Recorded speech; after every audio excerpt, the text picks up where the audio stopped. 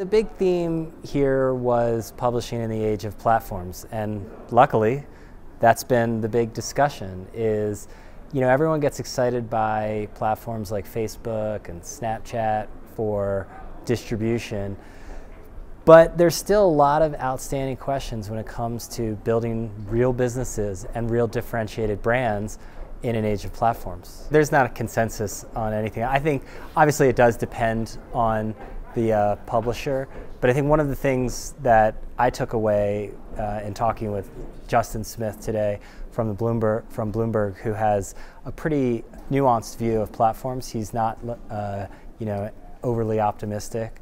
He believes they have their place, is the power of building a differentiated brand. Justin talked a lot about general news brands versus focused brands. Digiday, we believe in having a focused brand. And I think there is going to be a reckoning for a lot of publishers who have focused solely on audience development over building a brand that stands for something. We had Thrillist here. Adam from Thrillist talked about how they label their sponsor content allied. They're not going to be able to do that long term going forward. But also, a Thrillist property is different from a New York Times, right? And there's always been differences of lifestyle publications versus hard news publications. Lifestyle publications have always gotten away with more. The blurring between the commercial and editorial sides in women's magazines has been, that's not a big secret.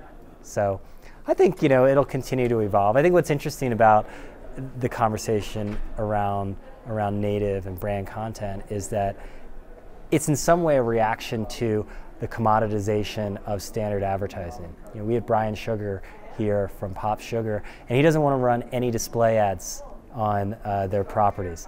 That says something about the state of standardized media. It's been completely commoditized. We're 54 people now, which is great. We have people in London, and we have a joint venture in Japan. So I think we're growing in a few different ways. Obviously, we're growing within our focus of media and marketing.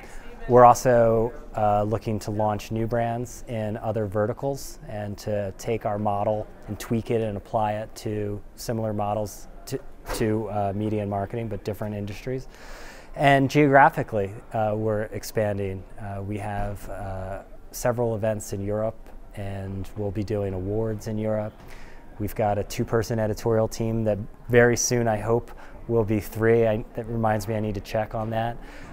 We have, as I said, a joint venture for Digiday Japan, which is exciting, and we're having our first event in Kyoto in June. I'm looking forward to that. That'll be good. A lot has changed about the media world, and we always talk about the change and stuff like this, but really, a lot hasn't changed. And I sort of joke about, a lot of drinks and stuff like this, and there's people up there, I think, having drinks right now, even though I'm looking for lunch. What hasn't changed is that this industry is still powered by people, and people need to connect. And our brand wants to help people connect. We obviously view it as a business opportunity, but I also view it as an important way of building a differentiated, meaningful brand.